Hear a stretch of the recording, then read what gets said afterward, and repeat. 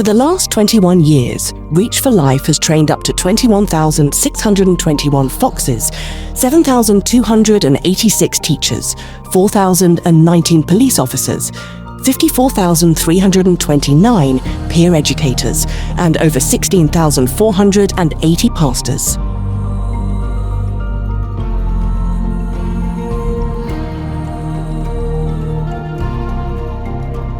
In addition, 402 social workers, 3,824 peer educator inmates, 2,011 prison wardens, 710 grannies, and 2,216 health workers.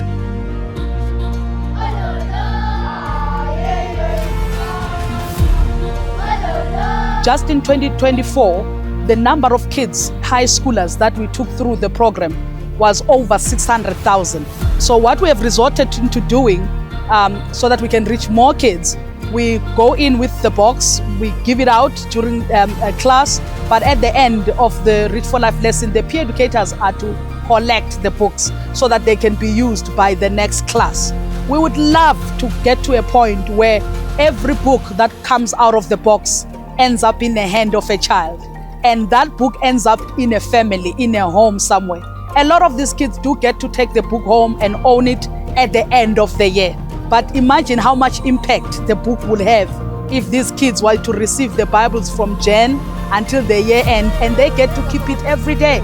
But we cannot, because we are really running short of the copies. For Reach for Life to really reach out to those kids and everyone gets to own a copy, we need 1 million copies per year for Africa alone. Each copy of a Reach for Life is $350. The schools that we are in all the Africa countries that are participating, just through Pagama, not other partners, we are over 4,762 schools.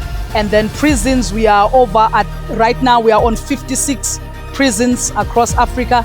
Then rehabs is 113. So for Reach for Life to be a successful program, not only does it need the book, the actual Bible, the Reach for Life book, the peer educators that we so highly honor, and the schools that give us the platform, but we also go through community leaders. Sometimes it's government leaders that we have to ask permission, be granted permission to work in their schools, and sometimes it's traditional leaders. And in traditional areas, it's actually more harder to penetrate because of the ancestral worship. To get a chance to minister to one person, and that one person ministers to their family through another young person called a peer educator. That young person comes back home and tells Gogo, Grandma, I've got something to tell you. Did you know that Jesus died for us while we were sinners?